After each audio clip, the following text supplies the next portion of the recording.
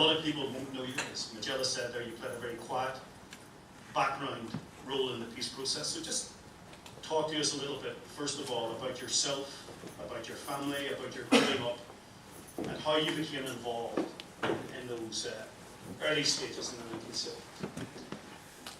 Well, I grew up on a very mixed terraced street, and I was born in 1936 and 73, and I had two grandmothers. One was my grandmother, who looked after me as my mum and father were waiter and waitresses. They were out working in army camps, and Americans really they worked with. And across the street was my second grandmother, who was a Mrs. Sinclair. And the Sinklers were one of those Protestant families that were the heart and soul, literally, of goodness. And Mrs. Sinclair used to, the Sinclair family was the family that had four of their brothers killed in World War I. And the fifth was sent back by the British Crown at that time. And he was called Dick. And Dick fathered the last boy, who was Andy. And Andy was totally spoiled and ruined. And Andy and I were pals. Whenever Andy wanted anything, he lay down in the hall with a pair of hobnail boots and banged until they gave him sixpence or a shilling, whatever it was. As well as that, they had motorbikes, and they also were shooters. They hunted down an inch of the border. And bottom line, in my early days, the Archie gave me a gun, .22 rifle, and I used to run across the countryside with this rifle, because at that time of the Geronimo pictures. And so that was one aspect. I then went to St. Colum's College, in which I had a horrendous time. And down the street from us was John Hume. John and I were pals in those early days. I was 6 months older than him. And bottom line, John had a lovely career in the college, and I had a terrible career. I think I was thrown out 5 or 6 times. And I've often looked back at this stage in my life and say, well, they couldn't have been all wrong. But I can't find, I just don't know what I was doing that created such animosity. And the other thing I did in those days, I was a runner. I ran every day, possibly 6 or 7 miles a day. I ran, in fact, at the time that you come back, and formed, didn't form actually, was part of the Oakleaf Athletic Club, which was the National Cycling Association of Ireland, and that was my first indication of Irish nationalism. I then, like everybody else in that part of the world, had no job, went over to England, and went over with a pretty hostile attitude towards the English. And I was putting the little knobs on Bush television sets, earning £11 a week and sending them 6 or 7 back to Margot, my wife. And I remember clearly the guy, an Englishman, saying, okay, we're coming into winter time and we're going to do overtime. And I remember sitting saying, I'll be the last person that gets an opportunity to get over now. And the next thing I heard was, alphabetical order, Duddy, you're first. And it was as startling as that. The British had surprised you already. Absolutely, it surprised me already. And from that piece, I began to learn that the British people and the British establishment were not necessarily the same group. So I came back, married Margot, and my father was dying at 47 years of age with cancer, opened a little fish and chip shop at the size of this here. Your father did, yeah? No, my father did. No, he did it, and I worked on it, and I was not a very good work person. Whenever I threw the head out. And then eventually, I got an opportunity of a site in the Craig Estate, which was a concrete block, and went up there and that became, as was said, a political salon. Great deal of the people, Hume again, Mallet again, official IRA people basically were there at that time, and we used to sit to 4 in the morning, and it was all the time political talk. But Nell McCafferty, Eamon McCann. Nell McCafferty, McCann came later, he was younger, and Bernadette Devlin came later, she was the same year as McCann. But basically it was, and may I just say, Jackie Allen's, who turned up as Secretary of the Unionist Party, Ivan Cooper. So it was that type of place. And the interesting thing from a broader perspective is that there was nobody drinking, at least that's what appeared to be. And life seemed to be quite a different place. And there was certainly no violence within the community. And then the civil rights movement came up. And this is going to be the first controversial thing I'll say. McCann, Dermot McLennan, and various other people of that left persuasion got together, came into the City Hotel, and John Hume came down there. And why I'm saying that was, we're now talking about a period of 4 or 5 months, so I don't want to get it wrong. But basically, the church at that stage decided that this thing could not be left to those people on the street, basically. And I don't mean rioters on the street, I mean the McCanns, the Sword and so forth. And then Eamon, who's been a friend of mine for all his life, he did what Eamon does. He gets up and makes a speech and says, I'm not taking part of this, middle of the road, middle of this, and middle of everything. So he opts out, and that was the first civil rights in Derry that moved up on that. You mentioned the church there, and I remember something you said to me some time back, that some of the saddest days in your life, The saddest day, yeah, was being turned away from church doors. What did you mean by that? Well, first of all, I wouldn't be sitting here saying I'm a wonderful Catholic or a Christian. I am not. I go to Mass when the Spirit moves me. But throughout all the work I was doing, I had a belief basically in the Spirit, in God, in the Absolute. And I had that belief in terms of basically saying, I need help the day, give it to me if you're asking for it.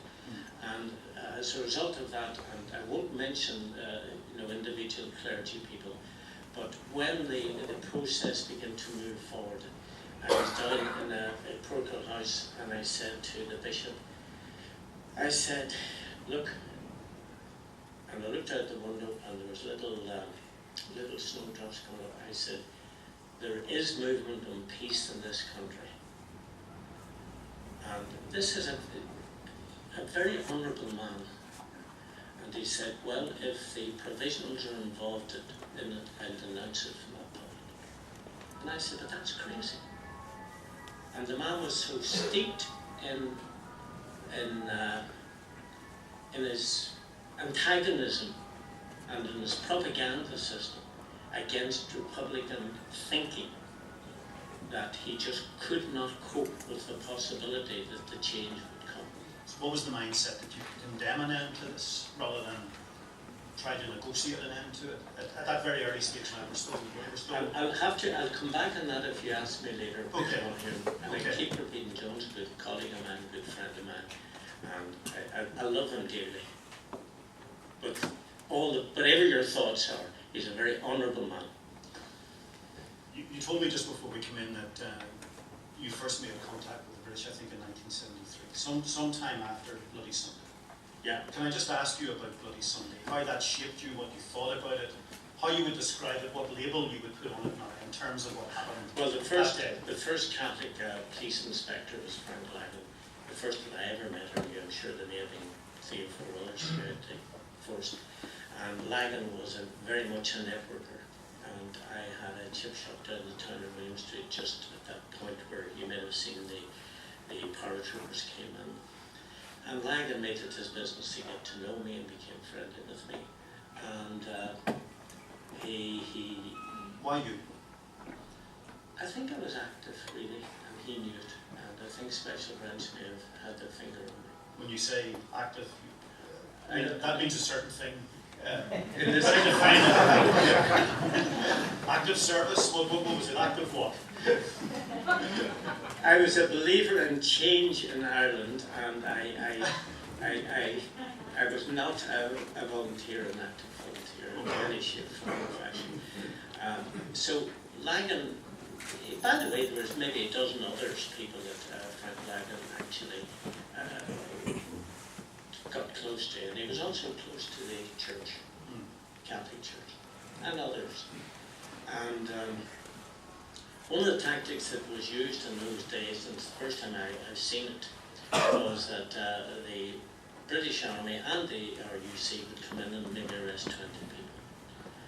And they had a situation where people would go to the parish priest, and a very good parish priest who I will not name. It's not fair, he's dead, he's gone. And he and I had many arguments. I said, you're being set up, you're being used. And he really didn't buy that. So what was actually happening is, for the best will in the world, the parish priest, or not, he wasn't a parish priest, yeah, he was at that time, just thinking about it. He would go and somebody would come along and say, he would say, I need these guys out. So what actually happened was, he was told, this has gone right up to the very top, it's gone up to the Prime Minister, your voice is needed, you're being listened to, you're being heard. So as these people would generally speaking be innocent in the extreme, so if you had 20 in, 18 got out, he would go to the families and say, don't worry, I'll be out at 4 o'clock and so forth. And that was the situation that was happening. And in that, I would say to Lagan was a very spiritual man and a very decent human being. He was completely opposed. He was a policeman, he was an RUC man, and he was never anything else but a policeman and an RUC man. Having said that, he was a decent, honourable human being, and if he could do something to steer somebody from being arrested for a very serious crime, he would do it. So he came to me at the time of the situation and he said, look here, I'm very worried about Bloody Sunday. This situation is breaking down, it's terrible and so forth, and he said the Republicans must not march in that parade. And I said, it's crazy. You can't stop people from marching in the parade. He says, well, what really is needed there is they must not have guns. And I said, well, they won't have guns anyway. It's not the practice. It doesn't happen that way. And at that point, he said to me, please make sure guns are removed. So I went to So he knows something at this stage, obviously. He's seeing something in the background, obviously. What he knew at that stage was that the paratroopers were going to do exactly what they did. He didn't know the details of it. Because a lot of people make the mistake of thinking that government works in papers and details and you can find these things out. It doesn't work that way. But he knew he's reading something, he was reading it, and he was making a big effort on it. I went to Dublin, saw Timmy, and Timmy, as usual, the lovely IRA phrase says, leave it with me. And I went to Malik McGurn, who was the official IRA, and he was much more positive. He says, I agree, Brendan, the last thing we want is a gun on that parade. He said, we won't have them anyway. So Malik McGurn gave the instructions that weapons would be removed.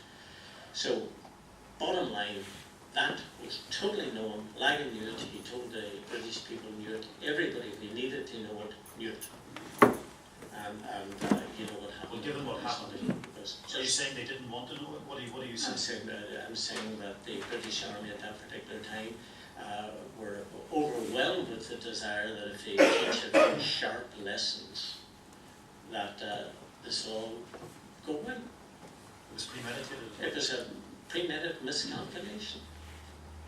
What label would you put on Bloody Sunday now in terms of that activity by the soldiers? I mean, what label could you put it in? The decision. Do you call it murder? Do you call it something else? I would say that, call it murder, of course. I think what happened on that particular occasion was he probably thought maybe 2 or 3 would be enough, to really. I think the evidence is there as well. And now, Doherty from Galway University has written extensively this in the papers. And again, people think, that somebody said to the army, go you in and shoot 3 or 4 or 14 people and teach them a lesson. It doesn't work that way. What they would have said is, whatever steps you have to be taken to restore law and order, you do it. That's how it works. No doubt. So when you begin your conversations with the British some months later, I think it's 73 you returned, how does that happen? Who introduces you? Who introduces you? Who do you meet? Who are you speaking to? What are they saying to you? Lagan, as I said earlier, my father died when I was 47, and Lagan became, in a sense, a father figure to me. He never crossed the line. He would never even think of crossing the line. So Lagan said to me one day, look here, there's somebody I'd like to meet. So this guy came in, I said in the DVD, Michael Oakley came in, he was just superb. He really said that he's here to understand Catholic thinking, community nationalism, and all the nice phrases that ever was. This is Michael Oakley of MI6 at this stage? Michael Oakley of MI6, but of course I didn't have a clue that it was MI6, nor did I suspect it was MI6, because most of us in Ireland at that time had never heard of MI6, certainly I hadn't. So Michael and I got on very, very well and talked literally for 4 hours, and that began the situation. And as a Talk about what? everything, about how people were unemployed, how difficult it was to get a job in the north, how what steps could be taken to alter this, how there was discrimination everywhere. All of those type of things that for the older people in the audience who know took up all of the media during that period of time. It was always about how basically the nationalist community in the north were suffering, and how, from my point of view anyway, the community in the south couldn't really have cared less. That was that type of situation. So. And he clearly talked to you about what was going on the ground, about the IRA. Absolutely not so. Wasn't that? Michael was much too smooth for that. So, not interesting. I think it was 2 years up the line before he even got close to that type of situation. No, he was really interested in Irish Catholicism and the good people that were being abused and all the things you name it and so forth. No bother. In fact, I'll tell you what, just to remind me what we were talking about. You have to excuse me for being a bit skeptical. Yeah. Well, actually, what, just that you might say it, Dennis Bradley and I opened what's called the House in the Wells for alcoholics, and I must say Dennis Bradley was much more, he was very much the parish priest, not the curate of the long term. Consequently, he was very much into that. I had the chip shop at night. I had to put him out on snowy nights, plus the fact that after my father died, my mother broke herself to death. And you'll always, if you scratch anybody working with addiction, you'll discover there's somebody just around the corner. So Oakley was talking to me about how good a thing this was and how it's a good idea, and maybe the Northern Ireland office should take more of an interest in with the conversation. Well, how did it develop then from there? When did he start to talk to you about the IRA? No, he never talked about the IRA at that point of time, nor any time really. And that's, if I may say so, the wrong approach. I started seeing him as a vehicle for changing the Northern situation. And it developed from that, where I said, well, what do you want? This is not going to go away, this is going to develop. And basically, if you come in and shoot 13 people and another one, 14 dying afterwards, and if you have the repression of the policeman force there, you see, and if you have a one-party government, and all of those things. And Michael would be very smoothly talk and understand it, know it, and basically do very little about it. So, how do you persuade him that you need to do something about it? What I hear coming from you is that there was one day that I was putting these things forward, and then he suddenly saw the light. It wasn't that at all. I'm asking you when the penny dropped. You know about what the conversation was really about. What his interest was really about. It happened gradually over a period of time.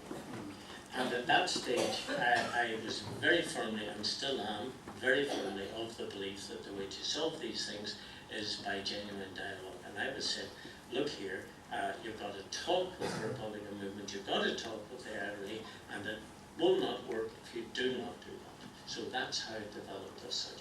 And he would say words to the effect that really and truly that the British government wasn't terribly in that vein. And part of the reason they weren't in that vein was that the Cheney Walk 1972 situation was a disaster. In that, McStayfoyne went there, read the proclamation, made a big concession, which was, we don't want you out in 3 years, we'll take you out in 5 years, right? And William Whitelaw couldn't handle it, they couldn't cope with it, and basically there was no homework done as such. It was a pretty simplified Brits Out programme, which was the Eranua programme, the Daithí O'Connell programme, which was much broader than that, by the way. It was a genuine attempt to try and move away from the 6-county statelet into a broader situation.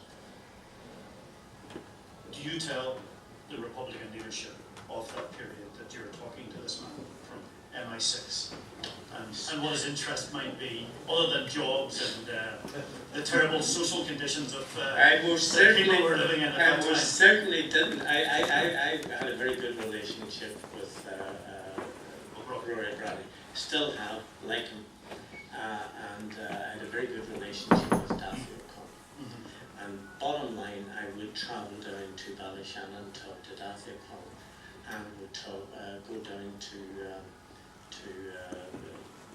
Roscommon, talk to Rory. What I was saying was, this guy has come into my life, I like him. I like him, and he is easy to get on with. He seems to be sympathetic, and it could be an opportunity to get a dialogue going. And bottom line, from those early days, and I want to be quite open about it, the area always had a very simple policy, and that is that this is the war campaign and this is the dialogue campaign. And at times the dialogue campaign was down on the floor, and at other times the war campaign was right up on top, and that was the balance. And you have to be in that situation to understand that there was really no other way of doing it. No other way of doing it. When does this go broader than Michael Woodley? When do you start to meet some of his friends? I didn't mean any of his friends. Ever? No, not at that stage, because the Brits were operating in this situation. I did fantasize at that particular time, by the way, for what it was worth, that here was Oakley come back to whoever the British boss was at that time and say, here's Brendan Derry doing a brilliant job. I mean, I really did think that, it was Wilson, I think, at the time, that he was going back again, Derry's doing absolute rubbish. These people keep all of their secrets into themselves. But remember, I was learning all this. Learning all it. So O'Brady would simply be the type of person who said, no, and he loved eating. If anybody knows O'Brady is, he could spend an hour cutting up wee bits of steak and putting his mouth and chewing, and you desperately either trying to get home or whatever. So I did an enormous amount of travelling in those days. And I remember one point holding up one eyelid coming back from Dublin. Seriously. Trying to stay awake. To drive with it. Crazy stuff. You see, I think the impression people have had about you is that you're some sort of postbox. The British post a letter to Brendan Duddy. Brendan Duddy delivers it to the Republican leadership. The Republican leadership posts a letter to Brendan Duddy and he delivers it to the British. Do you know the reason I'm here?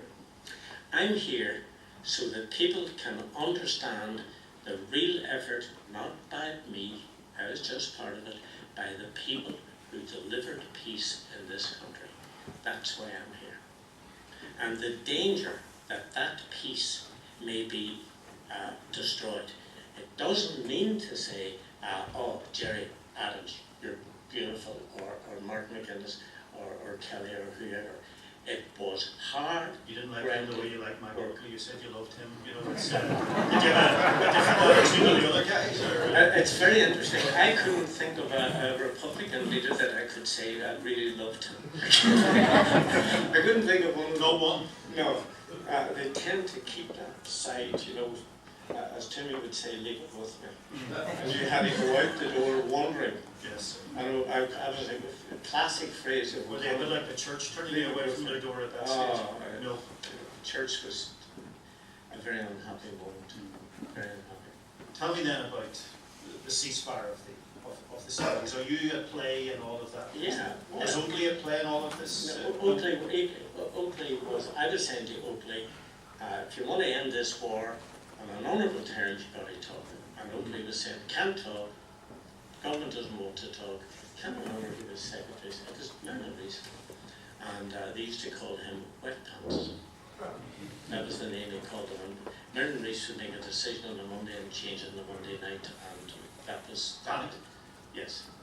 And the net result of the situation was that Oakley, quite out of the blue on Christmas week or something or thereabouts, said, we may, Michael was always very careful, he was always the MI6 man, he was always the James Bond, the consummate spy. You could talk to Michael for a month on a desert island and he wouldn't get that out of him. Classic. So he said to me out of the blue, right, no, I'll tell you what happened. We had the meeting down in, where? Fecal. Yeah. Fecal was, this is the type of thing, I believe, and all I can tell you is what I think. And if somebody in this hall says I don't agree, please, that's fine. Fecal was set up to break the ice for the possibility of dialogue with the Republicans. Evidence for that is... Using others as a bridge. Yes. Evidence for that was the fact that somebody tipped them off. McKee often says he was sitting there with O'Brien and they were chatting away. Willie McKee. And police was surrounded by policemen, but everybody that they wanted to get had left. And they enjoyed that moment immensely, you know. But anyway, the details, whatever. So it was at that time when, anybody remember the name of that clergyman that was down on field? Jack Weir. Arlo. Down there. So at that particular moment, that was moving forward, and Oakley appeared to want to either sit on the top of that or to get an opportunity to that. So it came Christmas Eve.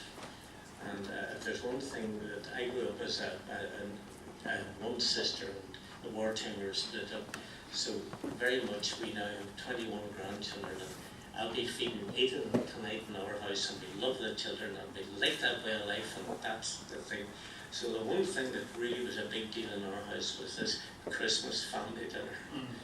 And I got a first experience there as to how genuine the people of Ireland, all of us, really are. Because there's a guy called Kevin McLaughlin, the family since Kevin's died and so forth. And I knocked at his house, I can't remember what it was, it must have been on at 10 or 11 or 12 o'clock at night. And I said, I have to go to the south of Ireland, I need petrol. He never asked me what for, he didn't ask me anything. He took his keys and his bedroom slippers and went half a mile and opened his petrol station and filled my car. And that would be typical of the people that I met on this journey of marriage. Was going on. Another man was in Donegal town, a bank manager. I would come one night from the Bradley's house and phones were always a problem. And I needed to phone. And I knocked at his door and he just said, what do you want? I said, look, you were in Derry 5 or 6 years ago, said who it was. I said, I need to use the telephone. He brought me in, used the telephone. That is typical of the goodwill, in my opinion, exists all over Ireland. And it's very easy to grow up thinking that actually the country's always fighting and arguing, whatever, not my experience. So down to Rory and this couple of days ago. And I think... Do you have a turkey at that stage? I can't remember, but I think I was absolutely, panicking. Rory comes in, I think it was an hour and a half later, really, that he said, well, what's the score? And I says, The Brits will meet. And he says, well, that's a big statement, more or less. And he said, We'll meet. Yeah, they'll talk. Yeah. And he said, what's the discussion? And I said, they said, the discussion will be whatever we agree, more or less agree. And if you look at the DVD, you'll see that Oakley very cleverly said, nothing was off the table, whatever that may mean. That was how it is, playing games. So basically, that was organised. Now, I knew at that particular time that the situation in Derry was very bad in terms of arrests and informants and all of that type of situation. So I said, I will deal with this providing that all the arrangements were made and that people in Derry should not be involved, because I knew it would last a day, sadly, but that was the case. So, too much talking, yeah. So, bottom line, it was organised at my house, and I had 2 or 3 people in front. My wife was absolutely wonderful. She has a marvellous way of working in other work that I would do, which is in the psychological part of my life, would be called a defence mechanism. And her defence mechanism was, don't want to know, don't want to see, don't want to remember, just that's it.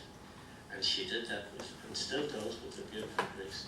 So basically the meetings began to develop at that time, and they went on through the whole of, when was the first year? Was it Christmas 74? Or thereabouts. Went on through that time and moved itself into 75. And again, there's hopefully in the years to come, a great deal of that detail will come out. And by saying that was, I know there are Republicans in this room who will say that the Tories, the O'Connells, and the Keaton and the Bollocks of it at that time. I would say differently. I would say they were testing the ground, they were trying to find out, and basically, in hindsight, it never had a chance. The time was not right, never had a chance. But in terms of the people operating at that time and working at that time, they were doing everything in their power to try and make it work. What do you think British intentions were at that stage? Was it about dialogue in an honourable way out, or was it about using dialogue to try to crush the IRA? I hope you'll forgive me, and the audience will forgive me, but that's giving the British too much credit. They had no policy. They didn't know. What they were making it up as they went along. Making it up on the roof. Now that doesn't mean to say that that meant that somebody could have come up the next day and said, okay, 32-20, Republic, everything happy. I'm not saying that. I'm saying they didn't have a policy. They were literally wondering where all of this would go. Now, very rapidly, and I think this is where the problems arose, they did have a policy, probably the end of 75, going into 76, and they did have a policy which was, we are not going down this road, we are not going to make Northern Ireland a different place, we're not going to encourage the Irish nationalist people to get together for union or anything else. Then the policy developed in that direction.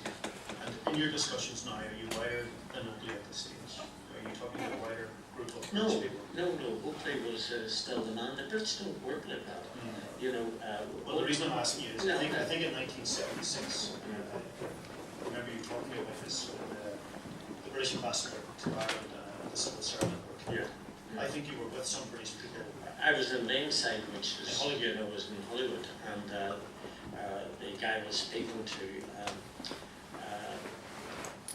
it was either a phone call or a knock at the door, and he walked in, his face was white. He was a man of blood.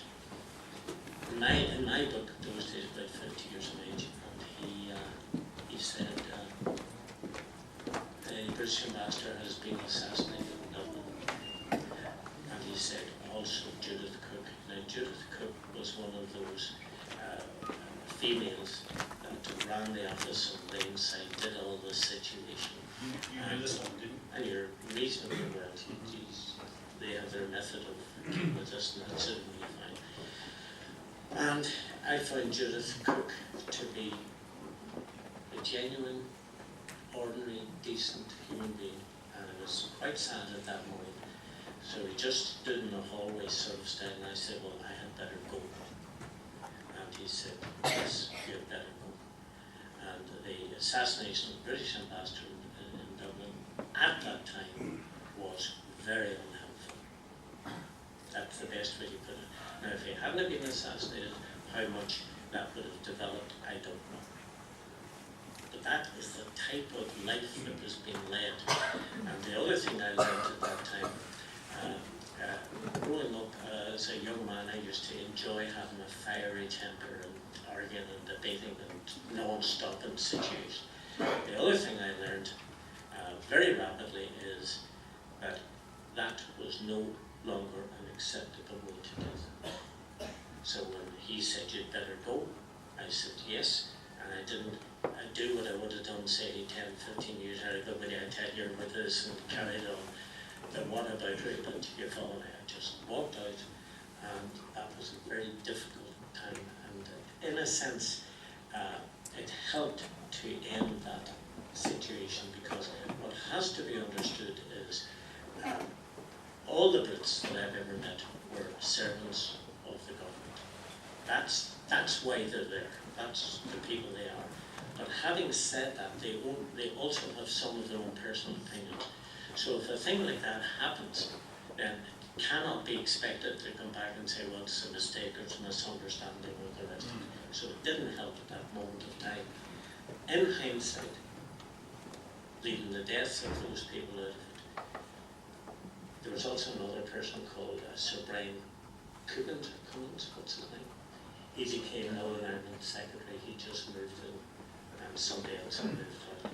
So all of this, these people all go back to their bases, they all do opinions, and as a result of those opinions, in my opinion, over the last 300, 400 years, take it back as long as you like, we in Ireland suffered. Because it was always what's good for British policy that mattered up until this present moment, and basically we had to live in London. So did the thing then move in, and I think you used this term previously, into a bit of an ice age? Not long before Margaret Thatcher's on the scene. Oakley rang me and said, I remember well, he said, put on your long johns. I never wore long johns, but anyway, he said, put on your long johns. He says, we're in an ice age. Everybody misunderstood Mrs. Margaret Thatcher, Prime Minister. They got her quite wrong. The people who would have been involved with Oakley, who were Foreign Office diplomats and MI5 spies as well, really believed, it's a bit of a mistake getting her in here, and we'll deal with her, in maybe a year or two, the rest of it. The whole place, nobody had anticipated the power that was coming from Margaret Thatcher. Were you? I didn't know her, I knew nothing about her. I mean, how could I know about her? I just knew she was a Tory elected person per se, and Oakley was saying, hi. Batten down the hatches, there'd be no movement, no dialogue, nothing. I suppose what I was going to ask you, at that stage, do you lock down your project? Do you realise it's a waste of time and this is going nowhere with this woman? Because very soon after that you have the 80 hunger strike, you have the 81 hunger strike, and you've all of the turmoil of that period. So okay, this is the bit which may be very difficult for, I've said this to you on a number of occasions, may be difficult for others. I had never any doubt that this had to end up in a dialogue between the British and the Republican nationalist people. I had never any doubt. So when that shutdown came, that was okay with me. Because as somebody said, I may mention his name later, said, when they want me, they'll get me. They'll be back. Never a doubt about it. we'll talk to us a little bit, and there'll be a huge interest in this period. It's been there in the media for a considerable period of time over the last couple of years. Talk about the 1980 and the 1981 hunger strike. What do you think the British would offer? Should the offer have been accepted? What was going on? You wouldn't like me to run the country at the same time? No, Would you no. answer those questions? Yeah. No, thanks. Well, I know this. I'll tell you what the situation was, and it was difficult. I worked to get into the position I got into, I have to state that. But something else was happening. There was an atmosphere within the British area at that time that you did not speak to terrorists, you didn't speak to gunmen, you didn't speak to whatever. So basically, when Thatcher came in, but actually before Thatcher came in, the person who put the boot in was Roy Mason.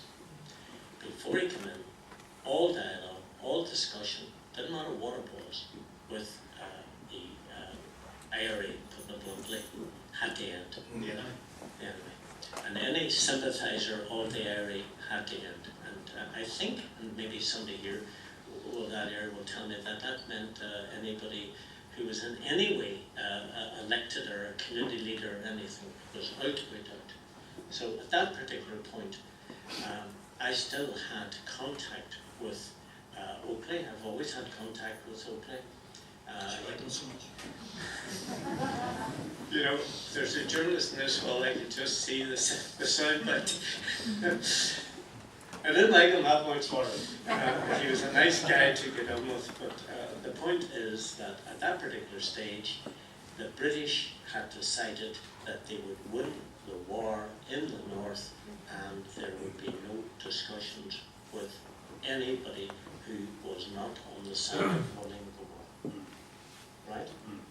So at that particular point, when the hunger strike started, if I might say something, I'm pleased when the time comes that the Republicans of that era would understand it. The hunger strikes were not wanted, and they were not wanted because if somebody understands this, it took away the whole energy of running a war, because the energy was going into prisons, it was going into basically taking people up, taking people out, and so forth. And the real danger was, forgive me for saying this, but I mean, you get to a point where you're at a certain age, you say it, to hell with it. The whole energy at that point was to say the last thing we need is a hunger strike. Now, having said that, for people who in this room have been in prison, conditions within the prison was absolutely at its bottom line, couldn't be any worse. People were humiliated. I'm not going to preach on about how bad it was. You know, when people put their what's the polite word for their shit on a wall, you know, that's as close to total desperation as you can get. And bottom line, at that time we had the click of the heels on the corridors. We had people who had the uniforms, people whose job it was to make sure that these bad people were kept like that and so forth. And as I say, one of the leaders of that group was Roy Mason, who really believed at that time he could win this war. And that was always running through British policy, that this war can be won. So bottom line, they were talking to nobody within the Republican movement, either directly or indirectly. But they had a guy called Duddy, who never committed to the best of his knowledge a crime in his life, wasn't a member of the various Republican sections, wasn't a member of the IRA, and they slid that past to Margaret Thatcher. That's the background to that. So you do get involved towards the end of the first administration. You're leading it at all levels, is that right? Crazy. Now, what actually happened at that particular time was, well, Brady kept saying to me, you've got to do something, about these men. Men are dying, men are going to die, and you've got to do something. Where he was still, Brady was still back in the 75, 76 thinking. And at the same time, Bill McKee came down to me one night and came to the house and he says, it's awful. Bill McKee, and he may remember this, he may not was crying. He he was crying because Billy McKee, I remember his words as clear as could ever be. He said, "I would rather have a young man, or me," and that was his words, and he shouted it out, dying, he says, "and being incarcerated in prison, and that this situation was terrible." And he was totally passionate about the suffering within the prisons. Again, pulling age in this, I really knew nothing about prisons. I knew nothing about prisoners. And I really felt that there was very little I could do. At that time, and again, correct me, the prisoners had been talking to a guy from the Northern Ireland office, various things from movement, and the general feeling on that situation was this will all be sorted out. So out of the blue, I get a call from Oakley, who was in Zimbabwe at the time, and he comes back and he says, he rings out of the blue, he says, "Look, I'm come back to London, and I've been asked to contact you and work out these what's happening in hunger strikes." Again, I'm an amateur of this at that stage, never been in a location at all, and with one other exception, which has been 4 days, and I never went another 4 days. I knew little about it. So what happened was that I was went and saw Brady, talked about it, and basically there was a feeling that it was not going to get as bad as it got. And the idea was that the British would put forward a solution on the page of, it says 34-page document, I don't know if it was 34 or 24, but eventually, anyway, the idea was to present this in a language that would get past the bosses in England. That was what the Oakley was trying to do, and basically his service, what you would say the diplomatic service, was trying to do. So when it went up for the final approval, I can't remember, was it Tom Higgins or Jim Pryor, whoever it was Secretary of State, by the time they made the changes on that document, which I hadn't seen, so basically McKee and O'Brady were working on that, and I thought that what they were producing, so it comes down to Aldergrove Airport, it was absolutely crazy, because I'd spent my life sort of underneath the counter, you know, and all of a sudden, here we were in Aldergrove, where every special branchman in the country would have known that something was on. I'd never met Father Maher. Father Maher was sent there by, I think it was O'Brady, and he came in, and Father Maher came in, Oakley come over, handed me this 34-page document, and I handed it over to Father Maher. And then it went back, and what I think happened, and I stand to be corrected by somebody who may have seen that document, I think there was enough in the document to make that work, and the click of the heels, the prison governors made it absolutely clear that they were running the best prison in Europe. They were not going to accept this type of situation, and basically, as a result of that, the work to rule attitude of the staff in the prisons and so forth, the thing went to pieces. And as a result of that, the cells were wrecked. And you get the 81 hunger strike. And you get the 81 hunger strike. One thing I want to say. Oakley went back to Zimbabwe. In other words, they flew him in and flew him out. And that was his total contribution to that situation. And this is, I want to say something now that even possibly the most long experienced Republicans in this room will be surprised to hear. The man then who was dealing with implementing the solution to the first hunger strike was the same man that was dealing with the end of the 75 ceasefires going into 76. And he knew, intimately knew, McKee and O'Brady, and to a lesser extent Cohen. It was not Oakley that was doing that piece of business. So basically, he was talking to me, mostly in the phone, but once, and I'll never forget it, in the Piccadilly Hotel, they had this bits of this great thing of selling, going into this big hotel, and impressing you and pouring the tea and the wee cake and so forth. So, bottom line, Can you tell people who that man was? it was a man called Donald. Donald. Yes. Do you know his surname? I think I do know his surname, but I would prefer if the audience will do it, just to leave it be. I think the man is dead. I'm not sure. I haven't seen him or heard. What is he? Is he MI5? What is he? I would assume he was MI6. You follow me? He would have been a successor to Oakley. So at that particular stage, he was in early contact with me, saying, "The clothes will be in, the food will be in. This thing is going to work itself out."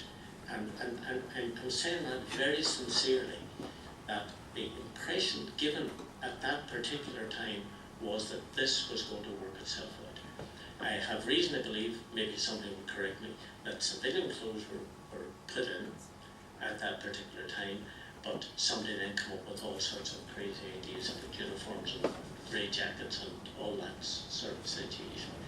And there was talk about it'll be all over and so forth. Now, anybody who knows about the hungerstrikes will know that there was a horrible time from the 18th of December right through to the Christmas situation, and right through desperate suspicion as well within the unionist community that a special deal had been done, and this was the end of the situation, and things were going very, very badly. And bottom line, and it's again well documented, is that Bobby Sands said, "I've had enough of this." But he only said it after he had been seriously asked by the Army Council to work this. The Army Council wanted it worked, and it had to be worked. The effort was made to work it, and it didn't work. That takes us through to your evening, and you know all of the headbutting, if you like, that's been going on recently, and I don't think there's any way that you're going to be able to resolve the argument between Richard O'Rourke and the Republican leadership about what was agreed and what wasn't agreed, what was offered and what wasn't offered. But you do know what was offered in July 81, I think it was, by the British. So when you looked at that offer, what was your own thinking? Did you think you had something that I'll come to that, because it is very important to understand these things don't be plucked out of the air. That's important. What happened was that when Bobby Sands undertook the second hunger strike, and he was followed by McCreesh and or Derryman. you had Francis Hughes, McCreesh, Patsy? Yeah, Patsy. The British were basically uninterested in that, because they felt that this is my version of this. This may be historically incorrect, but it's certainly what I believe, and there's no point me sitting here and trying to bullshit an audience, like this is what I believe happened.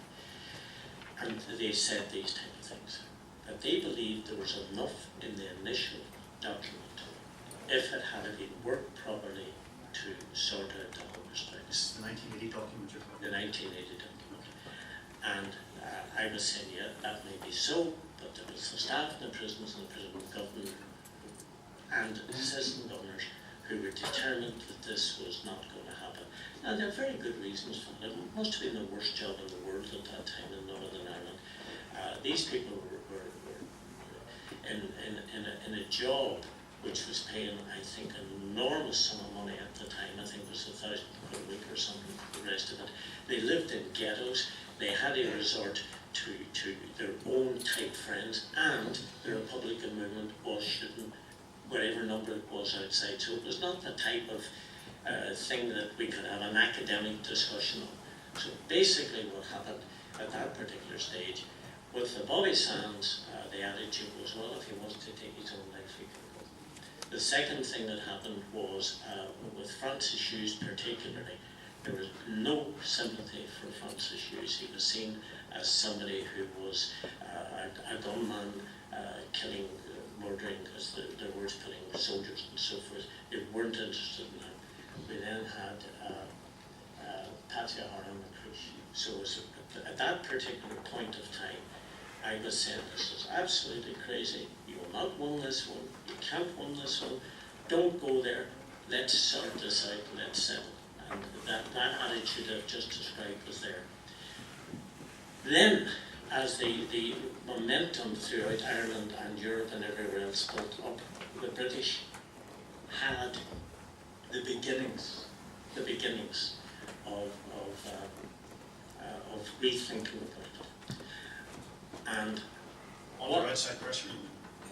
I'm assuming that because there was no other reason why they should have done it, you know. It's Thatcher you're talking about now, under pressure from outside. No, Thatcher always remained apparently oblivious up there, right? Oblivious up there. So it was the people sort of on the ground, her servants brackets. Switch you're talking to. No, I don't know what Donald was because I just don't know. So it's Donald at this stage and all of It's always Donald. right from now on. Right. No. Right, okay. The only intervention Oakley had was that week from Zimbabwe to deliver that document. Right? So what then happened was that a dialogue, and I have to be very careful because obviously people will attempt to sort this out. What was happening then was, I was saying, it's got to be sorted. It's got to be sorted. And the Republican movement were saying, well, the conditions for sorting it are A, B, C, D, and E. And those conditions were, for example, no work in the prisons, people to have their own space. And there was a big argument for a long time, when I say a long time, I mean days was a long time in that. If you take the H block with a cross section, whether or not people could move from that section over to another Free section. association. You're following me, free association. So all of that was going on, and we then had, who was the fifth person? Joe McDonald. And Joe McDonald's wee girl was running, trying to whatever. And things were really, really, really building up. Right. So each and every piece of movement was dragged out where I would have a vocal situation, take it back to the group in Belfast, and they would say, look here, we'll go along with A, B, C, D and that, but we can't go along with that. So here I was in the middle doing those dialogue and the negotiations because the British government would not speak to anybody who was in fact Republican, and certainly not speak to any of the people. Let me mention them. I think Danny Morrison, you may have been one of them. You don't have to answer me. Jerry Adams may have been one of them, and whoever else was in that room may have been one of them. Now, at this particular point, and it's taken 15 years for me to put this together, what I didn't know at that time, because it was not my business to know and I didn't wish to know. And I think from this point I have to get over. I was not the person who could say to a Republican, tell me what happened to him or where is he? I never asked a question because asking questions were too dangerous in the sense of if you have to survive and you're not a member of a Republican cell, then the last thing in the world you want to be doing is asking questions. I had no idea at that point, and as I say, this is me, somebody here can correct me, that there had been a change in the leadership to what may be called the Northern Command. I did not know that happened. I just know that at that stage I was dealing with Adams in Belfast and McGuinness in Derry. I did not know that they had taken leadership of the Republican movement. I just thought that O'Brady in this stage was out, McKee was out, and various other people was out. So at that particular stage, I was limited to a situation.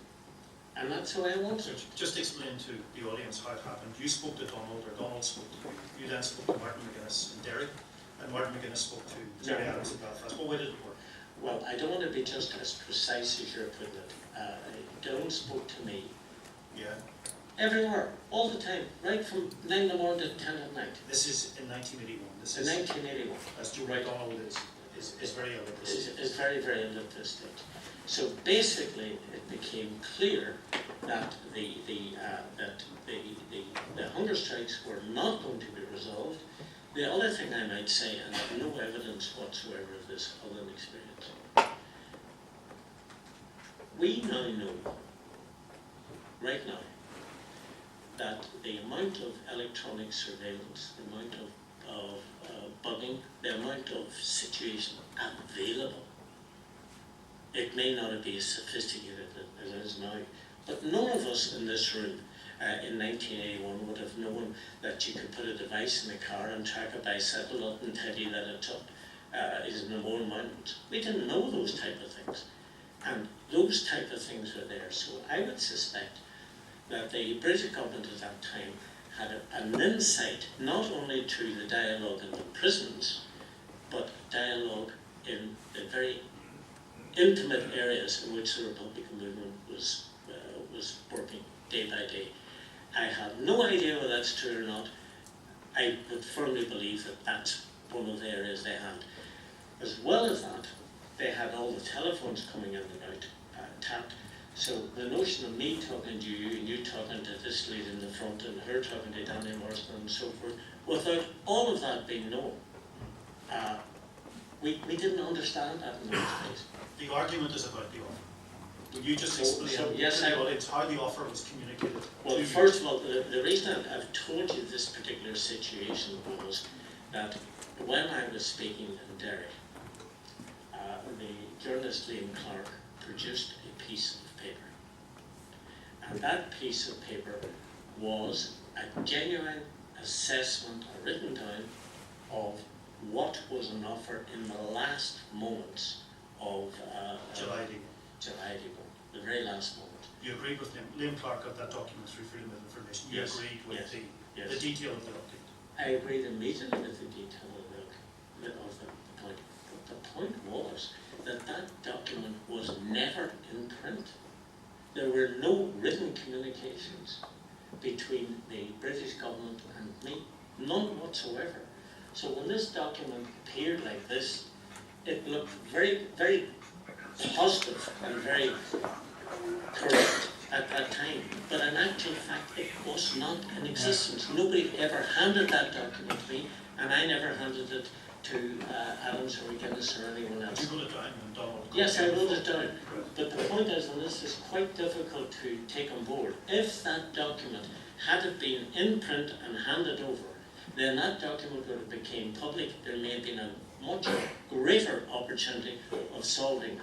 But if we then go back to what happened in the first hunger strikes, when in actual fact everybody thought that this thing was under control, we were heading, as we saw it at that particular time, for a repeat of that, because the British made it absolutely clear that any leakage of this situation in any shape, form or fashion would end the dialogue. So you scribbled the offer down. Yes. You then communicated to the Republican leadership. Yes. I think you're set a test, which is to get someone into the prison on the Sunday. Into the prison on Sunday to outline the offer. What has he got to bring into the prison? Well, I want to say this to you. What I was saying was this here. I was saying the Republicans do not want these hunger strikes. The notion that they want 20, 10, 5, 8, 6 people to die is absolute nonsense. But as long as you won't talk to them and you won't dialogue with them and whatever, and the person that I wanted to get in with respect to you, Mr. Morrison, was Jerry Adams. And they said, no way is Adams going to. Right? So you'll not be offended, you were second choice. Right? So I considered a positive way forward to get Danny Morrison to do it. And I was also totally happy that you were well aware of what was being said and what was on offer and so forth. So getting Danny Morrison in was, in my book, a major, major step forward. And at that particular point of time, the real difficulty was that this particular written piece of paper, and I'd like maybe some of the scholars in the audience to try and find out when the British deposited that. And I think that would be quite important, because if they deposited, say, on the 28th of July, or at this time when it was watercoloured, then I would be asking why, if it was there, why could they not have put it through? And it was equally the first time that I knew that Thatcher was on board, because the British always kept a wall down. She was not talking to anybody, she was not doing anything, and she didn't want anything to do with it. And remind me to say something else about that in a moment. So Danny Morrison went in, and I thought that... with the outline of the offer that you had communicated to the Republican leadership. The Republican leadership had the detail of the offer. Yes. There's no argument about that. But what they didn't have... What did you do? Did you give Martin McGuinness your note? That doesn't matter. I'm telling you that the Republican leadership had the detail of that offer, and at that particular point, that offer was available to go into the prison and whatever. But what was not available at that time You made that clear as a document. The document is not clear. The document is not available. Didn't exist. I didn't see it at the time. But when you scribbled the offer down, you're sitting there in Didn't your house. I wrote it very carefully. You wrote it very carefully. Yeah. Okay. Well, when you wrote the offer down very carefully Yes. in your house in Derry in July Yeah, but 1981. you don't take chances like No, that. but that's fine. But so you're reading it Yes. in your own head. Yes. Do you think it's good enough? This is it. This will break us. This will get us through. This is it. Should it have been good enough? Is what I'm asking. I'm not a member of the Republican movement. I'm not a member of the IRA. I have the very moment that I would cross a line as to what I believe I was finished. I'm putting it bluntly and with the greatest respect, and I hope this is not misheard. My primary objective was to get past the hunger strikes and get dialogue going so that we could have a settlement of the war. It was not my job, or not my role, or not whatever. Now, having said that, if you know me, I would settle every dispute for half the price. That's my nature. It was not my job, not my role, nor did I have the details of what was happening in the prisons. I didn't have any of that, you know, and the best example I can give you on this, and bear with me, a friend of mine 25 years ago was backward, as they call it, 30 years ago was backward, and they had a kidney complaint. And he went into hospital, and basically the young man died. And that was it. A doctor friend of mine 3 years ago told me that the decision was made not to give him dialysis, and for whatever reason, and I found myself horrified. And I said to another doctor friend, could this possibly have happened? And he stopped on his tract and he says, Mr. Duddy, let me tell you. And he didn't know the people involved, so there was no point. He said, the medical profession does not make casual decisions like that. They didn't. They would have been assess this, assess that, assess the type of his kidney, and that was what the decision. So they said, go you and relax and switch off.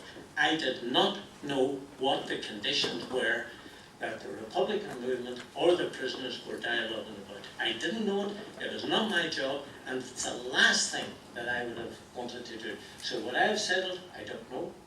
I don't know. All I'm saying is that it was not the black and white story which is appearing at the moment. But the argument is out of context with the time, is that what you're saying? If you can forgive me, I lifted a magazine called Local Women in Derry last week. And let me hear this one. And I'm still not sure of it.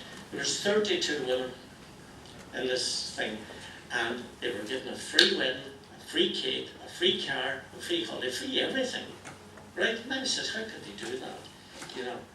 And then I began to read. You had to say why you're. And fourth or fifth of her said, I've been with my partner 13 years and I have 4 children and we deserve it. Another one took a couple of steps down the line and said, with 2 children I've now been with my partner, could you imagine the older people in this audience attempting to say that I'm married, or I'm not married, I'm single, I have 4 children, and I deserve a big wedding and so forth. I'm speaking about the cultures that were at it at the time. And the cultures that were at it at the time was something which I was not privy to.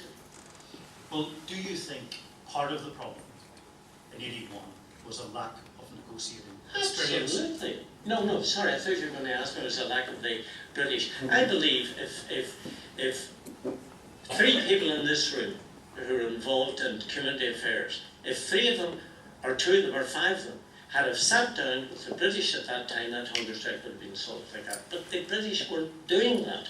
They did not wish it, and that brings me to another very important point. A colleague of yours, and do you know what I think of journalists? Anyway, when Margaret Thatcher, when Margaret Thatcher came over to Belfast, do you remember the bit? And please, anybody who's interested, get this out and read it. Was it Ian Malik? He's a journalist. Yeah, friend of yours.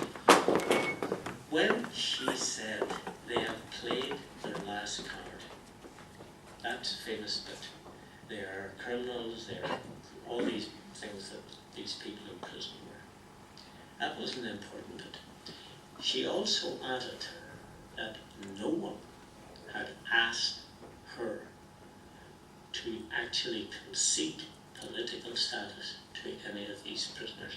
And when you read it and when you understand the quote, what it really boiled down to is neither the Fine Gael in the Republic of Ireland, or Charlie Haughey in the Republic of Ireland, Garrett Fitzgerald in the Republic of Ireland, or the Labour Party in the Republic of Ireland, or the Catholic Church in Ireland, North and South. All of them, and I have no evidence, just experience, were saying, whatever you do, do not settle for the political status situation, and certainly don't settle this dispute through the Republican movement. That's why the Justice and Peace people came in, 100% genuine, 100% and I actually believe that the people that sent them, and the bishops and the clergy and so forth, were also genuine. But I'm telling you, at this level here, it was not desirable that that be solved by the Republican movement. There'll be plenty of questions in the hunger strike when we get to the question and answer session. I want to talk to you about the 90s, the back channel, and that period of contact between the British and the Republicans, which is the lead up to the 1994 ceasefire. Peter Brooks said, I think it's Peter Brooks said, someone read to speak to you at Derry, and the back channel, that line of communication is real. Oakley was back in England at the time, and he contacted me. He said, Peter Brooks going to make a speech, and this is generally what's in it.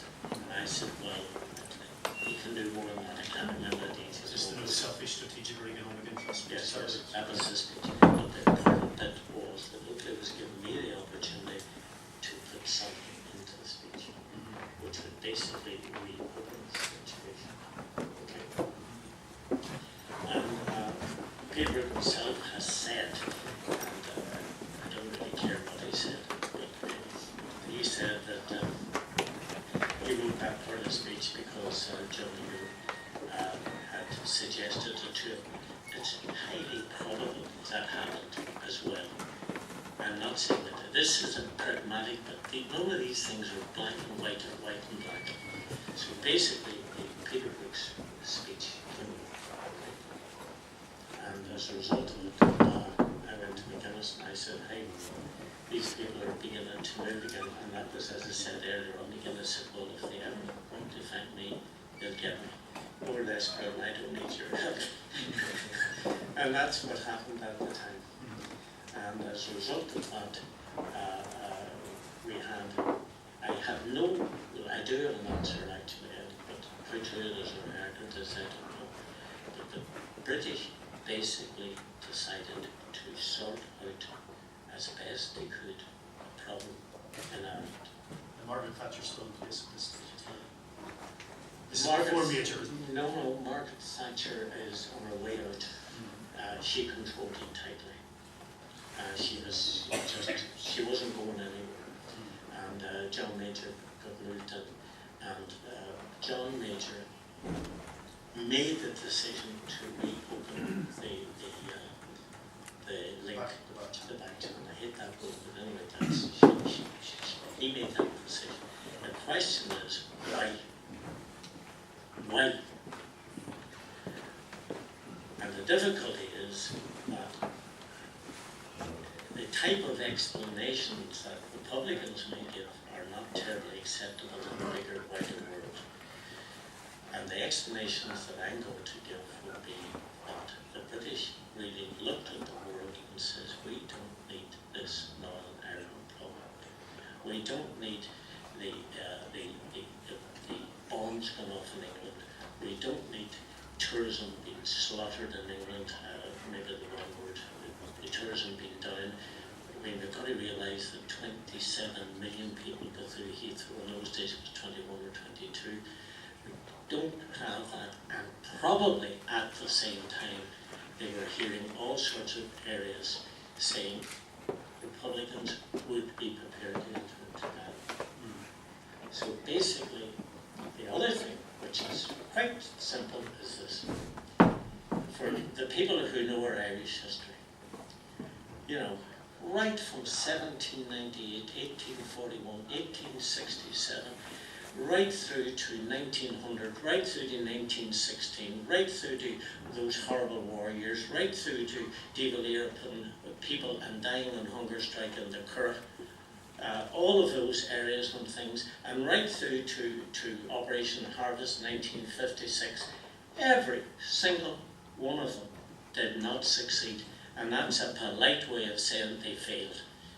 So for the first time in that inter-Irish history, England had a real problem in their hands. It couldn't be solved by military means, it couldn't be solved by more SAS, it couldn't be solved by paratroopers killing more people, and they had to begin to think of a solution, but something else happened. If you take all of that Irish history, and I'm sorry for lecturing at this bit, there was real danger to the British power in a backyard invasion, right from the Spanish time, the Napoleonic times, the Hitler times, and the rest of it. And it was utterly in their strategic interest to keep Ireland perfectly Ireland. They couldn't hold the south, to keep the north, and to keep it in such a way that the control would be there. And if you think of it from a strategic point of view, that was quite a sensible policy. Except when the Berlin Wall came down, the Soviet Union went to pieces, and you could press a button anywhere in the world, put your missile up, Northern Ireland became redundant. It wasn't needed. Just talk to us about that back channel in the 90s. And the big story was that what people were trying to achieve was negotiation on the basis of, I think, an unannounced secession by the IRA. You're too sharp. The man who arrived, Fred, was another one of those. Fred was a classic scholar, which I found out much later from Cambridge. A mild-spoken man, and he'd come in, and I said, Larry, he's down there with me. I said, who's this guy? I says, I haven't a clue. He said, he's bringing jobs to Derry, wants to talk to me. And I said, I'm up to here with that type of bullshit. I said, so-and-so. So he comes in, and he sits down, and he's very nice and very polite. And I'm beginning to get completely fed up, and Larry was in the room, and the other son was in the room, and this guy was struggling. Then a very interesting thing happened. I said, what is your name? He says, my name is Mr. Ferguson. Just at that moment, there was a knock at the door. And it was an RUC man, right? And I said to Larry, who is this? He says, it's an RUC man called Ferguson. Then there was confusion. Right? Two Fergusons at the one moment, right? And I can sit here and say, not a bloody clue as to even thinking of it. First thing I thought was some of the sons or daughters, car tax or whatever it was, right? Because throughout all of this, our house has made it an absolute policy not to break the law. Whether the law be right or wrong, we weren't breaking it. And the reason we weren't breaking it is that work that was going on with the peace process could not be held to ransom by some sergeant saying, "Don't worry, I'll fix it for you." I wouldn't go from here to the end of the room in a non-tax car, and I would not take one glass of wine and drive from here to you. And that was the rule of the house. So I didn't know what this constable was. And I still don't know what it was, right? But two Fergusons in one day. So this guy's sitting here, and I'm saying, you know, I'm sorry, don't agree and so forth, but I've things to do. And he put his hand and he handed me over a blue coloured paper, lightly blue, and it was from Peterborough Secretary of State, which said, "You've worked in this area, flowery language," and he says, "We'd like you to work with Robert," right? So the minute that happened, I looked at Larry and Brenda was in and out, and I should have put the damn thing in my pocket and I didn't.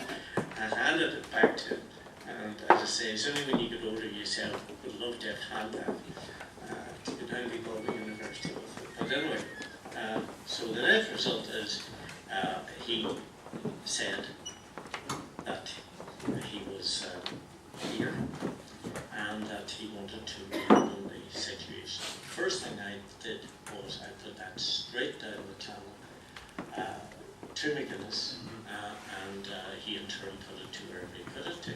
And I must say, in fairness to McGuinness, McGuinness has a lovely habit. I haven't seen him for a year, by the way. He puts his hand on his back, and he yawns. He yawns. And he looks at his watch. And he yawns again.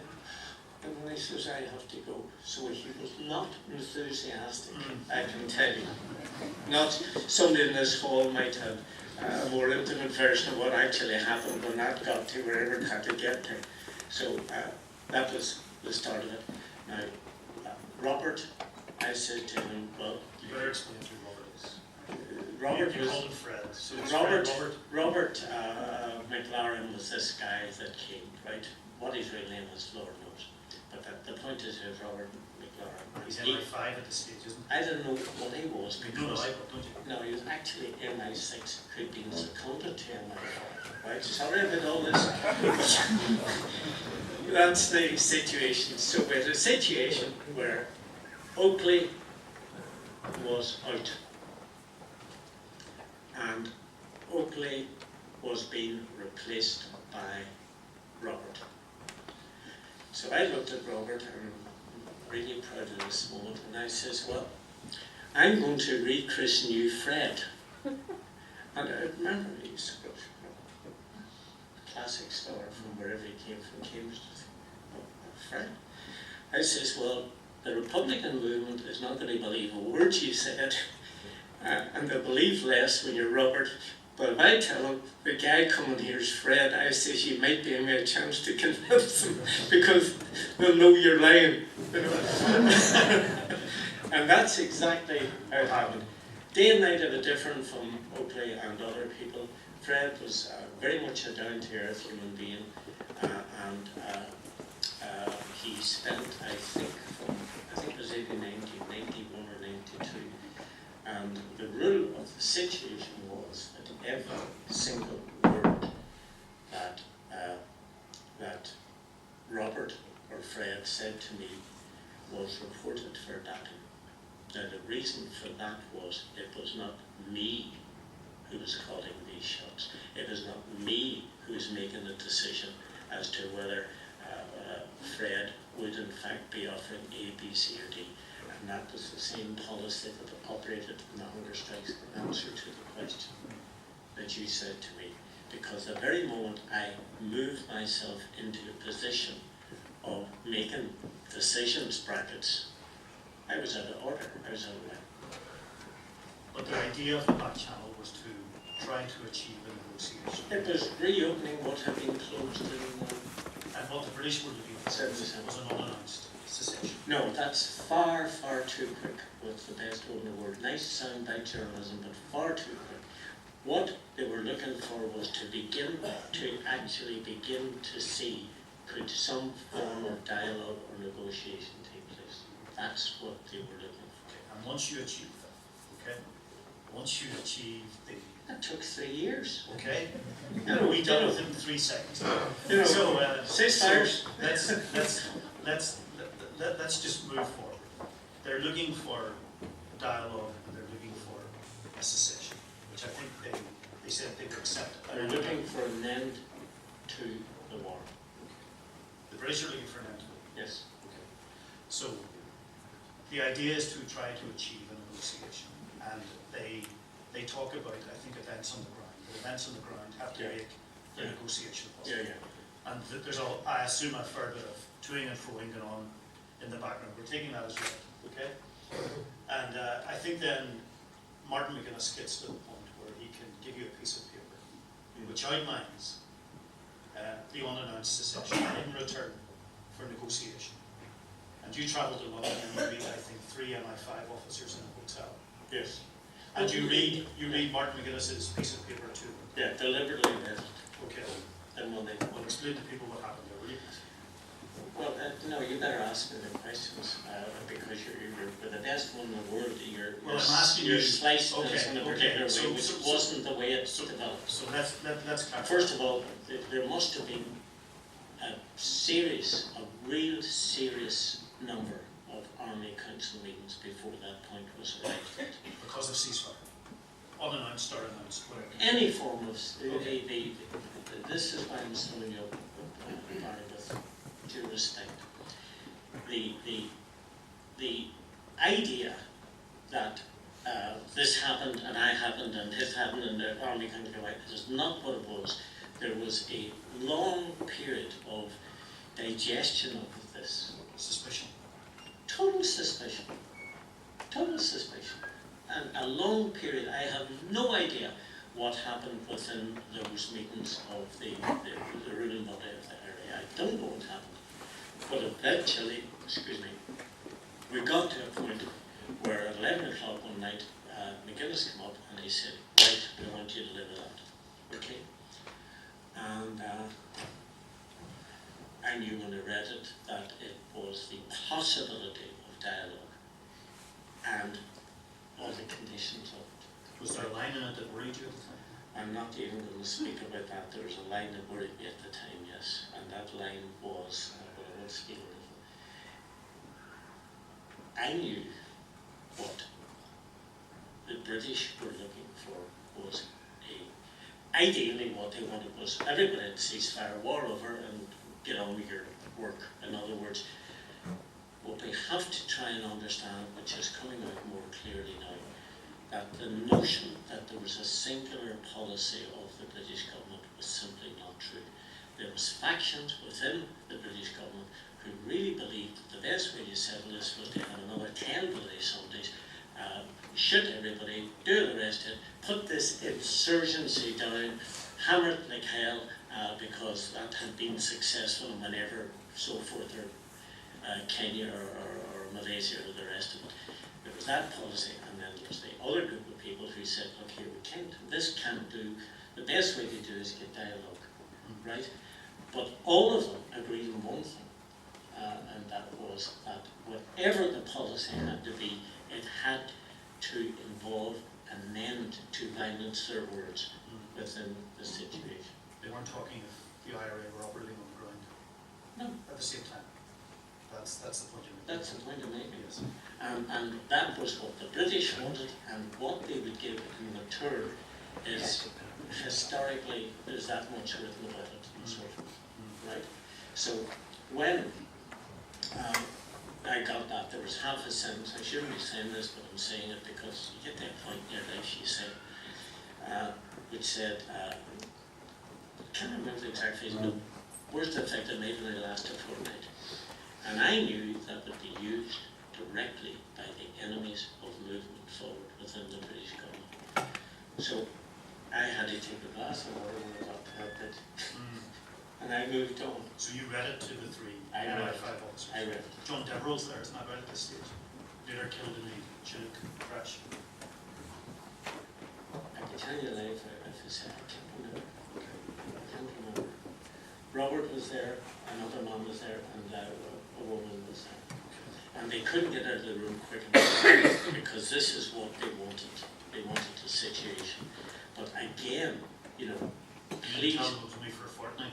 No.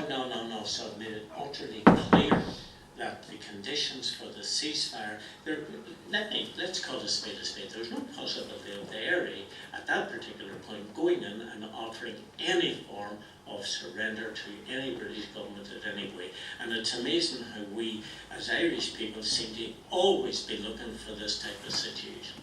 This was a temporary position to enable the good faith of the British government to be put on the table. And that was exactly what happened. It's a test, is that what you're saying? Or a test of their intentions, is that what? I would say it was their position. But I mean, there have been years of discussions to get to this point. You know, it wasn't like you know, will you marry me? Yes, bang, next. It wasn't that type of thing. But of course, they never got to the point of talking. And then that negotiation, that talking that was meant to result from the offer of the ceasefire. Yes. It never happened. Well, it didn't happen the way you're putting it, black and white. What happened was that actually what really happened was, as I see it, again, it's very hard to give evidence for this. All I can say is this is what I believe happened, and I'm asking you to just put it up there and think about it. The British didn't know how to handle it. You see, it's easier for these governments if, in fact, you know, you get somebody coming in, yes sir, no sir, do it, and the rest of it, another 1,000 troops or so forth. They didn't know how to handle it. They had not got a formula for dealing with peace. They hadn't got it. Right? So the difficulty was, that was the time Mayhew was very strongly on the board, right? And he was the boy, in my opinion, he was saying, look here, this is too sharp, too quick, the public, I don't know what he was saying, you know, and by the way, this business of Freedom of Information Act, that worked when people were naive in the 1820s and they wrote down their thoughts. It's my opinion now you have no chance of getting a thought other than what they want you to be. Well, you'll remember in that period, I know I used this term, shit hit the fan, when it leaked that indeed the British had been in contact with the Republican leadership. I think at that time John Major had made the comment about it would turn his stomach and so on and so forth. Yeah.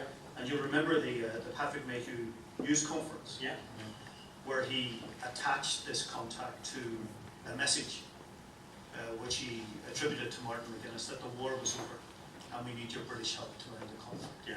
Did you send that message? Forget it, no. Neither did any other Republican, and the last person I could think of, maybe you might have a few thicker people in this room, I don't know, no chance whatsoever of Martin McGuinness writing that. So where did it come from? Well, you said he was psychologically incapable of delivering that message. I mean, it was surrender, totally surrender. So what? So I was going to let you ask. No, well, I'm going to ask you. I mean, because we know at that. I mean, there are a number of things happened in that period. Yeah. Major is depending on unionist support in Parliament. Correct. You have the Warrington bomb. Yeah. You have the Shankill bomb. Yeah. You have that whole period that goes through the Grey State. Yeah. You have unionists beginning to leak out. Yeah. That there is something going on between the Brits and the Provost. Yeah. And then William McCrae produces a bit of paper to Eamon Malley, my journalistic colleague, which confirms that this contact has been happening. Yeah. Mayhew then runs his news conference that morning, says the only reason we were in contact is because we had this message. Yeah. So what's the truth of it? Is what I'm asking. What I actually think happens is this, and as I say, I have another saying which I use with my family examples don't help, but I'll try and give one. You take Iran at the moment, I would have no doubt, and this is experience rather than ignorance, that an American government diplomat has said to the Iranians, if you ever put a nuclear warhead on one of those missiles, we'll blow your country to pieces. How are you? Have another cup of tea? Fine. That's how it's done. That's exactly how it's done. And that is not written on paper or done with the rest. So what I believe was happening was the Republican movement was moving very, very quickly. Fred had succeeded beyond his remit. The Conservative government was losing in Parliament. They were under great pressure over Europe. They needed, what was that older gentleman, head of the Unionist Party at the time? Molyneux. They needed support and so forth, and basically that would have been an internal document which should never, ever have seen light of day. It never came from Martin McGuinness, it never came from me, and it was never a possibility of doing it. And what has happened is for somebody, let's say Robert or Fred, somebody, to sell the idea was saying to Major, dialogue with the provisional Republican movement is possible. That's what the message he had to sell. And unfortunately, it came out in a coloured version that we want to surrender, which is absolute rubbish. Is Fred a maverick? Or the spooks mavericks in this background process? No way. Because no way. you know that was said, you know what was said at the time, that these people were acting without authority. They shouldn't have met Martin McGuinness, shouldn't have met Jerry Kelly at that time. Was that part of we've been outed here? Yes, no, sorry, I'll give you this answer here. These guys are highly sophisticated characters, and they've one characteristic, which if you're standing watching this, they are servants of their government. And if their government says sit, they sit, and if they say stand, they stand. And if they don't like it, they resign. And that is a long tradition of that. But you don't think Fred was on a solo run is what I'm asking? What I believe was that Fred was doing everything in his power to convince the cabinet of John Major that dialogue was possible in Ireland. That's what I believe. And the details of how that was happening was something which should, in my opinion, Mayhew used to roll a bomb into a situation. If, and I have no idea this, and I'm not terribly interested in hearing it, if the leadership of the IRA at that time had not been as solid as they were and are, and if someone had come up and said that Martin McGuinness was doing double bubbling with the government, then it would have been the most normal thing in the world for an awful battle row to have taken place, and somebody to say, well, Martin, look, we don't know whether it's right or not, but the evidence is, and so forth and so forth. Martin McGuinness was incapable. I don't know any other leading Republican who would have been capable of doing it. It didn't happen. It was a British invention. You were then visited by Jerry Adams, Martin McGuinness. Oh, lovely afternoon. Pat Doherty and Jerry Kelly. Lovely afternoon. And I think you spent 4 hours, I think you said. 4 hours, yeah. I made the mistake of sitting in a wee wooden chair, you know, one of those type ones your granny used to have. You described it to me as an interrogation. No, I never said it was an interrogation. Well, I think you did. No. The media soundbited it into an interrogation. I know me, please. No, it was. What did they want to know? They wanted to know where it came from, because they had a situation where there was a written document, right? There was a written document. The British government were saying in their parliament that this was written by Martin McGuinness, and basically they were saying we need this cleared up. And they knew you as the person who was talking to the British. No, but this is why, well, I say that because there are 2 other people involved with you in the back channel, Dennis Bradley and Noel Gallagher in there. But you're the person who's talking to the British. So their natural instinct will be to say, you wrote this message, or you delivered this message. No, they didn't say that actually. They didn't well, they say probably thought it. No, they didn't say it. They asked me, did I write it? Right. And it was a very intense 4 hours, but it was not an abusive 4 hours. And it was a situation in which they were intensely interested in how this came about, who was there, what was there, and basically that was it. They were interested in that. And as I say, as I haven't even, I'm incapable of writing it, right? Because it broke all the rules that I'd worked with, excuse me, including the ones earlier on. And I want to come back to this. Say, for example, Donald had said something on the hunger strikes, and I had decided, well, it was better to put it this way. How long would that have lasted? You can't do those type of things, right? So in terms of this situation, McGuinness had nothing to do with it whatsoever, and was rightfully furious. But the real danger was it could have gone the other way.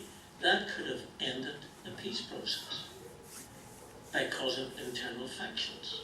And I don't think Mr. Mayhew, with all of his experience, would have been unaware of that point. And I did write in the Belfast Telegraph that it was a destructive act for him to say that situation.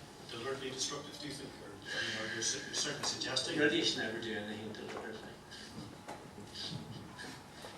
Come on, a bit of humour for you. Yeah.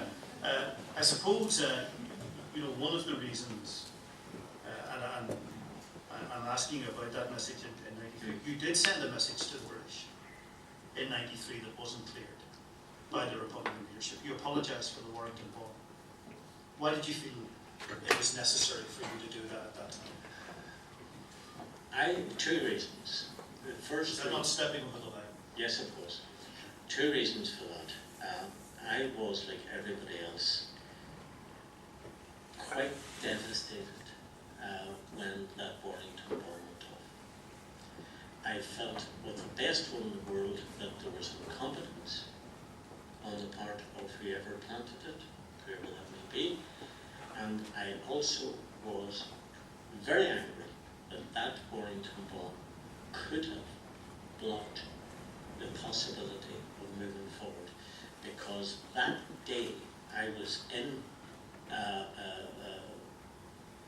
Dunadrin in outside Belfast with Robert and the man you mentioned, Deverell. I was never very close with Deverell, I didn't know much about it. Arranging for both of those to come either the next day or the day afterwards, very short time. To meet McGuinness and Kelly? To meet McGuinness and Kelly.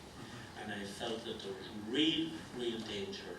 Again, if I might say so, and I want to come back historically, the amount of times that we as a nationalist people in this country have blown it in whatever direction, and I'm speaking about the whole repression of Irish freedom and nationalism, and all of those wars that failed. I remember as a younger man reading about Robert Emmet, who had a great deal of affection for him when you're reading about him. His revolt lasted half a day. Half a day. So here is a situation where this war had been going on.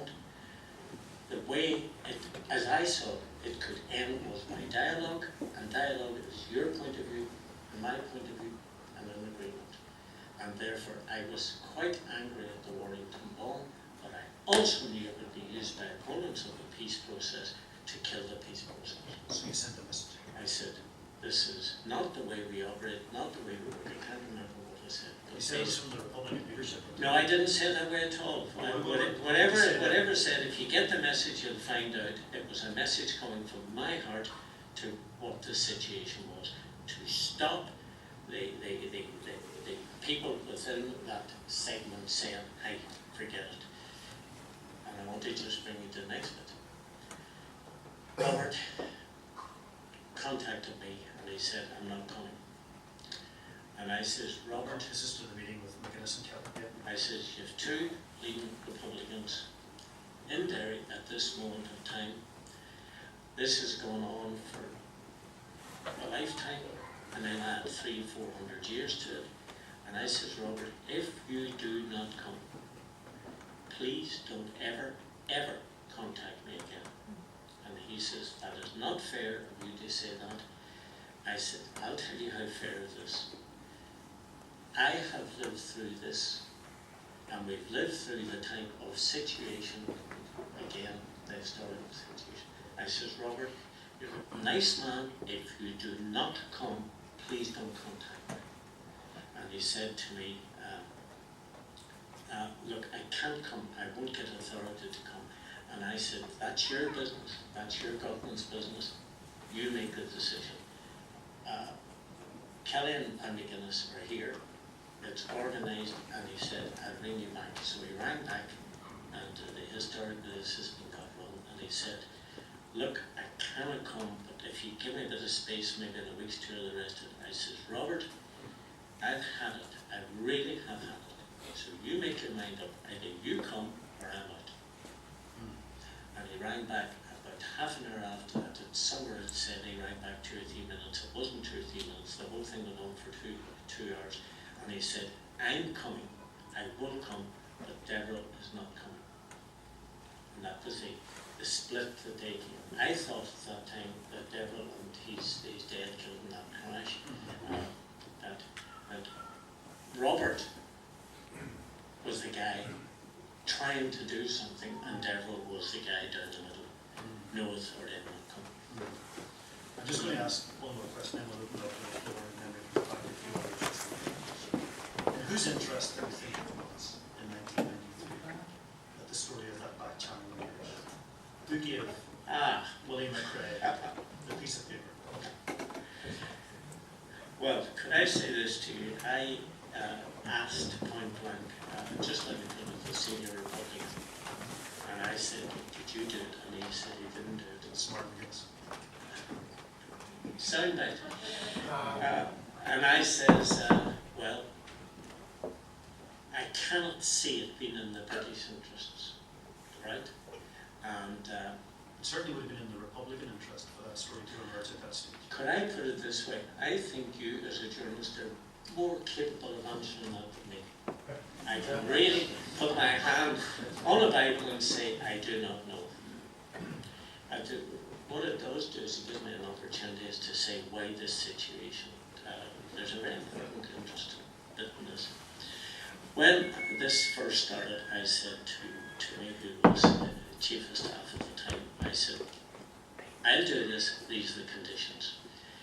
A, I will handle the meetings. B, I will handle the security. And basically, I don't want ever to find that anybody who doesn't need to know what's happening know. Now that sounded big time at 30 years ago, but the more I thought of it, and I have no evidence for this at all, but it is amazing me the amount of Republicans who did not know. And the reason was quite simple, that if they had have known, then the infiltration by the security services, north and south, or may I put it this way, south, south and north, just to emphasize where the real problems were, would have been that this thing could never have happened. And one of the things at that particular time was, it was like the penny dropped to me about 6 or 7 years ago, how difficult it must have been for the leadership of the Republican movement to operate under those circumstances. Because some person might have, this is my thinking by the way, and someday will maybe enlighten us a bit further. Somebody would have come in and somebody would have said, okay, we'll tell the Brits that. And maybe in the first month or 2 months or 6 months they'll join in the Army Council, shut up, and then they'll just so forth. So they then might have been there 2 or 3 years and never, ever found out. Ever. So, who leaked it? I don't know. If you had to bet. Oh, I don't care. We'll open it up to the floor then.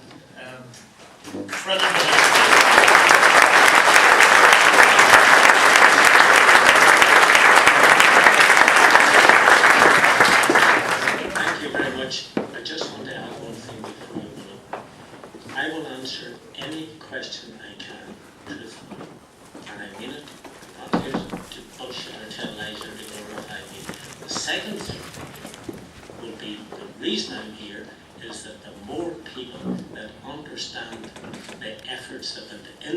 process, and I'm not talking about my efforts, I'm talking about all of them, then the more we'll understand where we're at. Okay, got a first question. If you would identify yourself as well when you ask your question. Patrick Slade. You talked about the time Maggie Thatcher came to Belfast and your observation that perhaps nobody in the government, the Irish government, or the Catholic Church intervened on behalf of the hunger strikers. No, I didn't say that, Patrick. Well, correct me if I'm wrong. The question I want to put to you is, have you any knowledge of what Cardinal O'Fee might have done? I think Cardinal O'Fee was very honourable man. I met him 3 times, and I feel it was very untimely that he lost his life, that he died. Because my experience of him was he was genuine, he wanted things settled. What I'm saying is that it was not in the interests of those people that I mentioned that a settlement would be arrived at which was never going to happen, which gave political status to Republican prisoners and led by the leadership of the Republican movement. It was never going to happen as far as those people were concerned. Oh, sorry, go on. No, I couldn't answer for that because I'd be an admirer of Cardinal. Question here just to your left. No, I wouldn't put that on him at all. Okay, I'm glad you asked it, by the way. Just the left here. Hi, I'm Kathleen. I just want to ask you, at the Gossard debate, you were asked by Richard O'Rourke very specifically about the offer, that when the offer came back, did the offer say the prisoners have rejected this offer or the offer has been rejected? And you said the offer has been rejected. Now, that was taken at that meeting as some kind of evidence that it wasn't the prisoners who rejected the offer, but the outside. And I'm wondering, could you clear that up for me? I'll do my very best to clear it up, but I must say to you that I was never in a long case in my life. I wasn't speaking to the prisoners. I didn't know what. I was speaking factually that offer, when it came, was not acceptable. But I was also saying to you that offer, in the verbal communication, also said that no discussion whatsoever should take place with this, or all negotiations will be taken away. And I think it is very sad, and I don't mean this in any way to be hurtful, I think it is very, very, very sad that this dialogue is continuing to go on. I really would ask people to stop it. But Kathleen's point, Brendan, I think is when Danny Morrison went to the prison, obviously there was some communication back to you so that you could speak to Donald to give a response to the offer that had been made. That communication said to me that the detail in that offer was not sufficient, and therefore there would have to be, further situations. But rejected by whom? I think that's your question. Is it the outside leadership? Is it the hunger strikers? Is it the prison leadership? I have no idea. Rejected. I have no idea. I have no idea. And if you think about it, I couldn't have an idea. What I was doing was saying, this is the situation and this is the result. But what I do know is, I remember very clearly that moment, and it's written in 10 and Dead, by the way. At that particular moment, I was very, very clearly told by Donald there will be no more. The offer was the offer, is it? The offer was there. I don't know if you want to come back on it. No, please do, because I think it's a very important point. Yeah, I think it is important because you were asked at that debate, did you write anything down by Lynn Clark, and you said no. No, I'm sorry, because I wrote everything down. Yeah. No, that offer was written down. There's a very important bit, a white A4 sheet, freedom of information, was presented at that cash out debate, right? And that white A4 sheet, I immediately said, that is what I was told. So there's no dispute about whether what was written in that sheet was correct or not correct.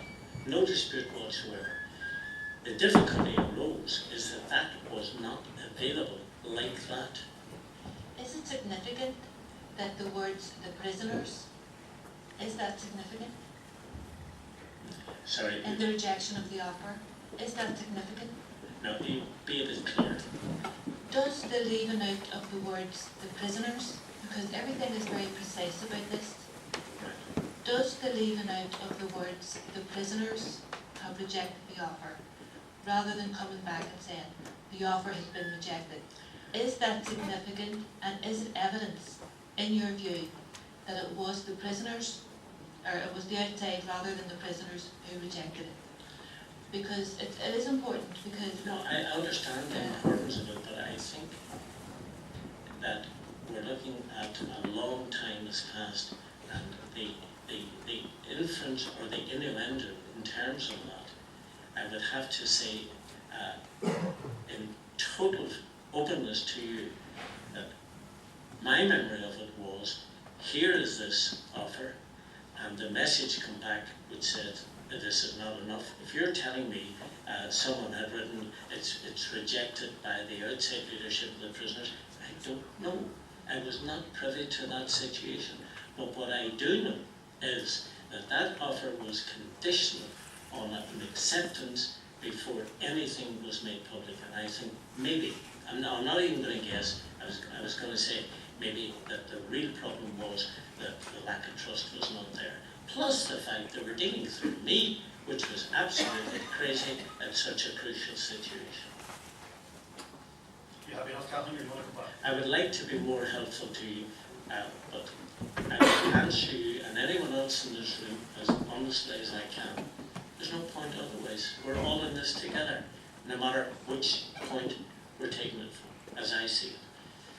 You're not disputing at all that what Liam Clark had was the offer meant Absolutely not. But what I will say is that was the first time I've seen it. on paper. Yeah, if the British had have, at that particular stage says, hi Britain, here you are going over, I think the hunger strikes may have ended, because it was a public document, or should have been. And that's why I was saying, where did that document, when was it lodged?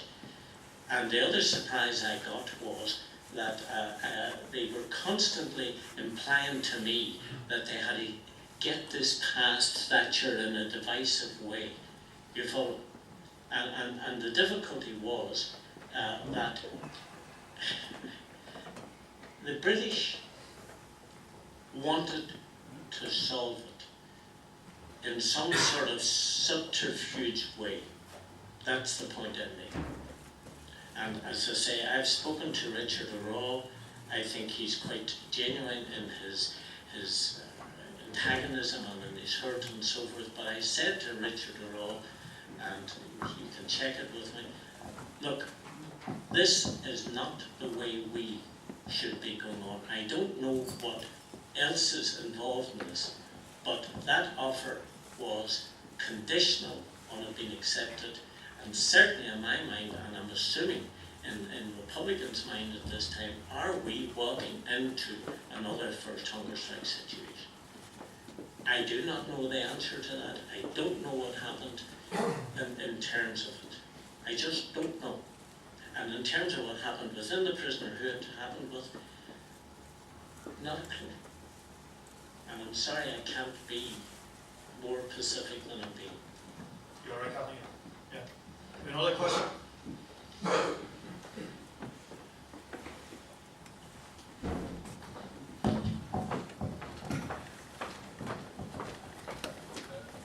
Hello, Vincent Burke is my name.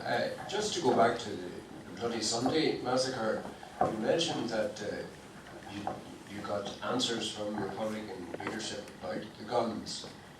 Do you know for certain that there were no guns on the Republican side on Bloody Sunday, used or employed or alive or whatever?